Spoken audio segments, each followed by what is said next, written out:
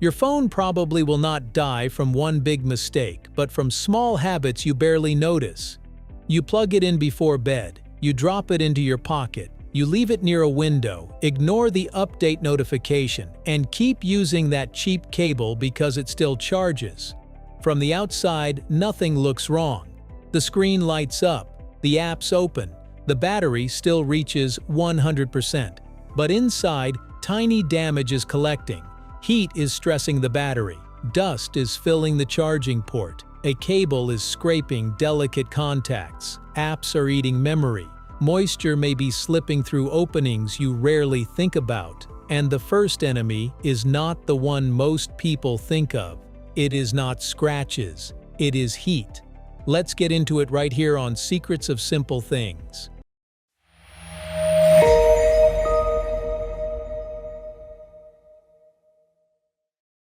Heat is the silent battery killer.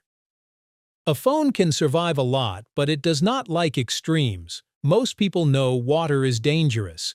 Raw in, snow, steam, or one forgotten trip through the launder can become a repair bill. Moisture can enter through tiny openings around the speaker, microphone, buttons, or charging port. Heat is sneakier.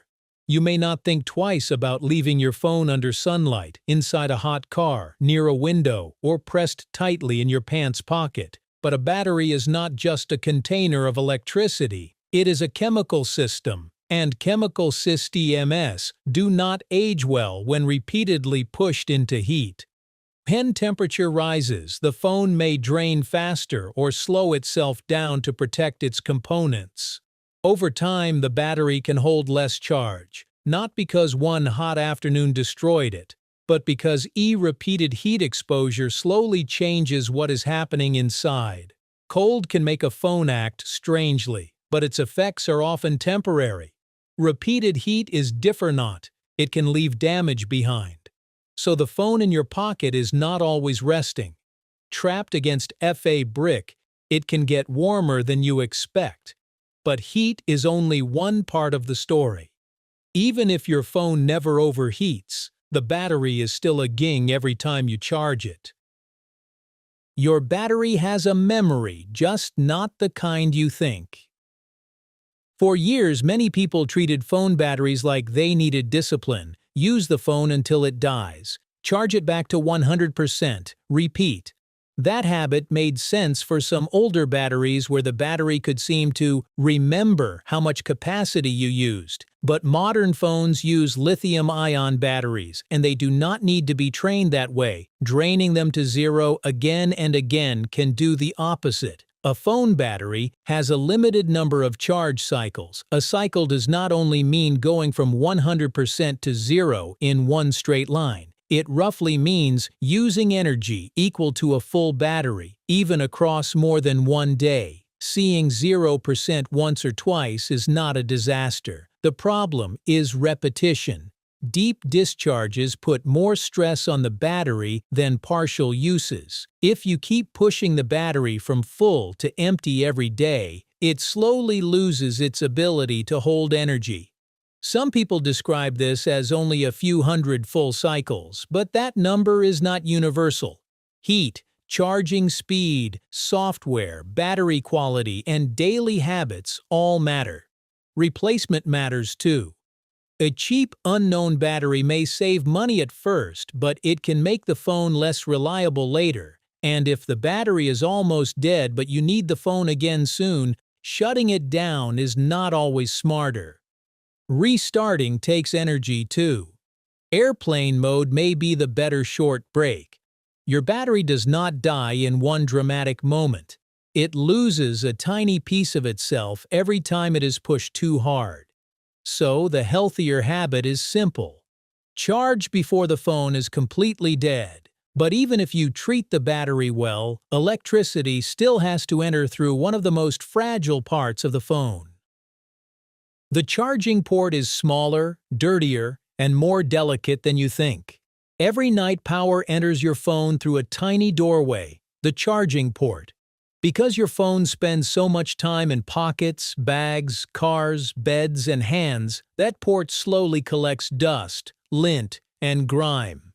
At first, it may not look serious. The cable fits, the phone charges, but even a small layer of dirt can block contact between the cable and phone. Then charging becomes slower, unstable, or strangely inconsistent. You blame the charger. But sometimes the doorway is simply dirty. The cable matters too. Not every third-party charger is dangerous, but poorly made, uncertified, or very cheap cables can be less reliable. Thin wires break easily, loose connectors wiggle, and when you jam a cable in at an angle, those tiny metal contacts can get scratched. The frustrating part is that this damage is often invisible. The outside may look perfect, while the port slowly becomes less dependable. So clean carefully. Do not spray liquid directly into the phone. Use a lint-free cloth for the body and be gentle around the port. Treat the cable like part of the device, not a disposable string. But your phone is not only hardware, it is also a computer that almost never sleeps. Your phone is a tiny computer that needs protection. For years, people talked about viruses as if they only belonged to computers. Desktops got infected, laptops slowed down, phones felt safer. But a smartphone is a computer. It just happens to fit in your hand. It carries your location, messages, photos, contacts, passwords, payments, and the keys to your online life. That makes software protection just as important as physical protection. A cracked screen is obvious. Stolen data is not. Suspicious apps, unsafe downloads, and fake software updates can open the door to malware. Some malware may steal personal information, track where you are, or quietly run in the background while the phone looks normal. That is why software updates matter.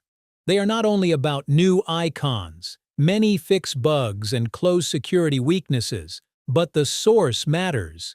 An official update is very different from a file downloaded from a random website.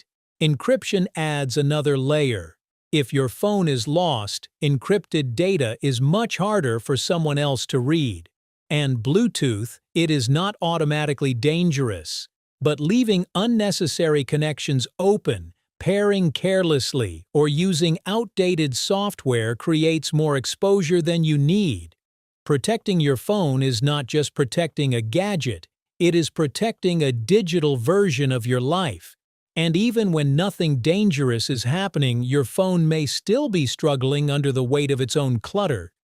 Clutter makes your phone work harder than it should. A cluttered phone is not always a broken phone, but it can feel like one. The warning starts quietly. Storage almost full. Photos will not save. Apps take longer to open. Updates refuse to install. The phone still works, but everything feels heavier than it should. Storage is not a closet, it is working space. Your phone needs room to move files, save temporary data, update apps, and manage the system. When memory is packed too tightly, it spends more effort managing clutter than serving you. Moving large photos, videos, or rarely used files to cloud storage or an SD card can give it breathing room. Cache is part of this. Apps store temporary data so they load faster next time. But apps you barely use can still hold old cache files. Clearing them can recover space without deleting the app. This is why many battery optimizer apps are less magical than they sound. They often close background apps or clear cache, things you can already manage yourself. Some even add clutter through ads and notifications. Restarting the phone once in a while can help too. It clears temporary glitches and gives the system a cleaner start. A messy home screen is not a disaster because it has many app icons. The bigger issue is live wallpapers, heavy widgets, background apps, and storage pressure. A phone does not only need battery power, it needs breathing room. But some damage does not come from software or charging. It comes from the simple fact that we carry our phones everywhere. The damage you cannot see still counts. Some phone damage announces itself immediately. cracked glass, a dead speaker, a camera that will not focus. But some damage stays hidden.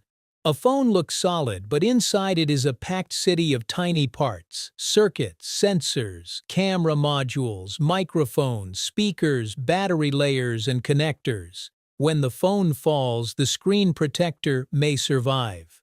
The case may absorb part of the shock, but the force still travels through the device, and a small hit outside can become a hidden problem inside. That is why a protective case helps, but it does not make a phone invincible. A screen protector adds one more layer of defense. Keeping your phone in a pants pocket can bend it, trap heat, crush it when you sit, or send it through the laundry by accident. Moisture can slip through microphone holes, speakers, buttons, and charging ports. Even cleaning can go wrong. Do not spray liquid directly onto the phone. Spray the cloth, then wipe. So keeping a phone alive longer is not one magic trick. It is understanding what the phone quietly fights every day. Your phone dies slowly before it dies suddenly. So the real secret is simple. Your phone usually dies slowly before it dies suddenly. Heat stresses the battery. Deep discharges wear it down. Dirty ports and poorly made cables weaken the path where power enters. Malware, unsafe downloads, and outdated software put your private life at risk. Clutter makes the system work harder than it should. Drops and moisture can leave hidden damage. None of these habits may destroy a phone in one day. That is what makes them easy to ignore. The screen lights up, the apps open, the battery charges, so everything seems fine. But a phone is not just glass and metal. It is chemistry, electricity, memory, software, and tiny signals packed into something we carry everywhere. Taking care of it is not treating it like glass. It is understanding the tiny things that slowly age it. If this made you look at your phone a little differently, give this video a like and subscribe to Secrets of Simple Things. Because the objects we use every day often have the quietest, strangest stories hiding inside them.